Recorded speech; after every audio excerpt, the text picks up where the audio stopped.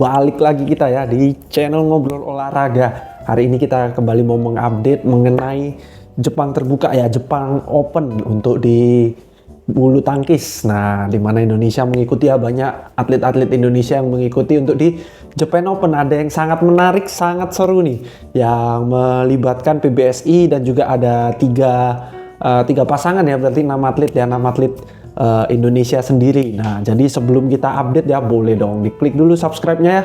Kita lagi ngejar untuk sampai 1000 subscriber. Dibantu dong teman-teman. Gratis kok nge-subscribe ya. Dibantu supaya lebih seru lagi, lebih semangat lagi kita memberikan update-update, dan supaya teman-teman juga nggak ketinggalan berbagai update-update seputar olahraga Indonesia ya. Untuk Jepang Open sendiri ya, Japan Open Indonesia kemarin memiliki 15 wakil yang akan mengikuti. Ternyata ada 3 yang biasa disebut mundur ya, mundur dari Japan Open. Tapi ternyata kata mundur tidak cocok, kurang cocok ya menurut saya ya.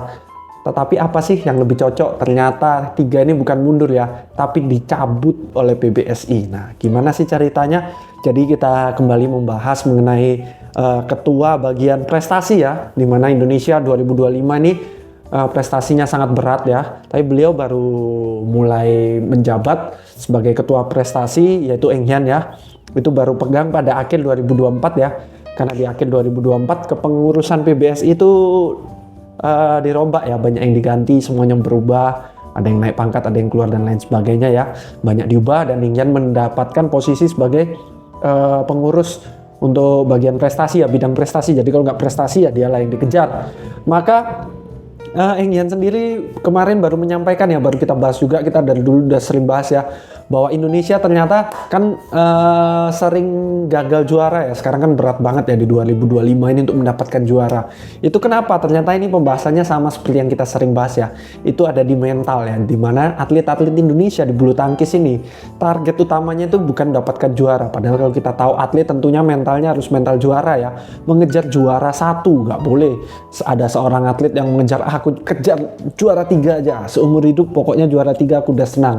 SMP juara 3, SMA juara 3, nanti di kelas kuliah juara 3, masuk profesional juara 3, saya sudah puas. Itu bukan atlet yang baik. Kalau seorang atlet yang bagus pasti mengejar yang namanya juara 1. Tetapi ternyata atlet Indonesia banyak yang cepat puas ya, dimana atlet Indonesia itu sering, kalau di bulu tangkis kan ada levelnya ya, Super Series, BWF itu ada dari nilai 100, nilai 300, nilai 500, nilai 750, dan terakhir nilai 1000. Dan yang paling tinggi ada lagi BWF World Tour Finals. Nah, setiap tahunnya sekali saja. Nah, itu Indonesia ternyata banyak atletnya yang tidak mengejar juara 1 ya.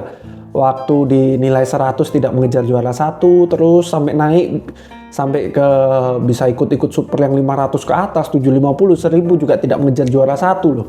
Kok bisa? Jadi kok bisa naik? Ternyata memang sistem poin itu seperti itu. Yang penting rajin ikut saja. Kalau bisa masuk perempat final, masuk semifinal, poin akan bertambah. Kalau poin sudah bertambah, rajin ikut juga, sering-sering masuk semi, nggak perlu saya juara 1, itu bisa naik poinnya ya, bisa naik peringkatnya. Nah, tapi itu yang jadi masalah. Akhirnya banyak pemain Indonesia yang hanya mengejar peringkat, bukan mengejar juara. Itulah yang disampaikan oleh Eng Hian juga ya, di mana Indonesia ini tidak ada mental juaranya untuk saat ini. Para atletnya mengejarnya poin, mengejar naik peringkat saja, bukan mengejar juara. Nah, jadi ada 3 pasangan yang dicabut ya dari Japan Open, bukan mundur ya. Kalau mundur bahasanya kan keputusan mereka sendiri, tapi ini enggak. Ini keputusan dari PBSI untuk menarik mereka bertiga ya. Mereka 3 pasangan ini, mereka berenam berarti ya, karena pasangan semua. Yaitu ada pasangan di ganda putri, ada Apriani Rahayu dan juga Feby Setianingrum ya. Ada juga Rachel Rose ya. Rachel Rose ini dengan Melisa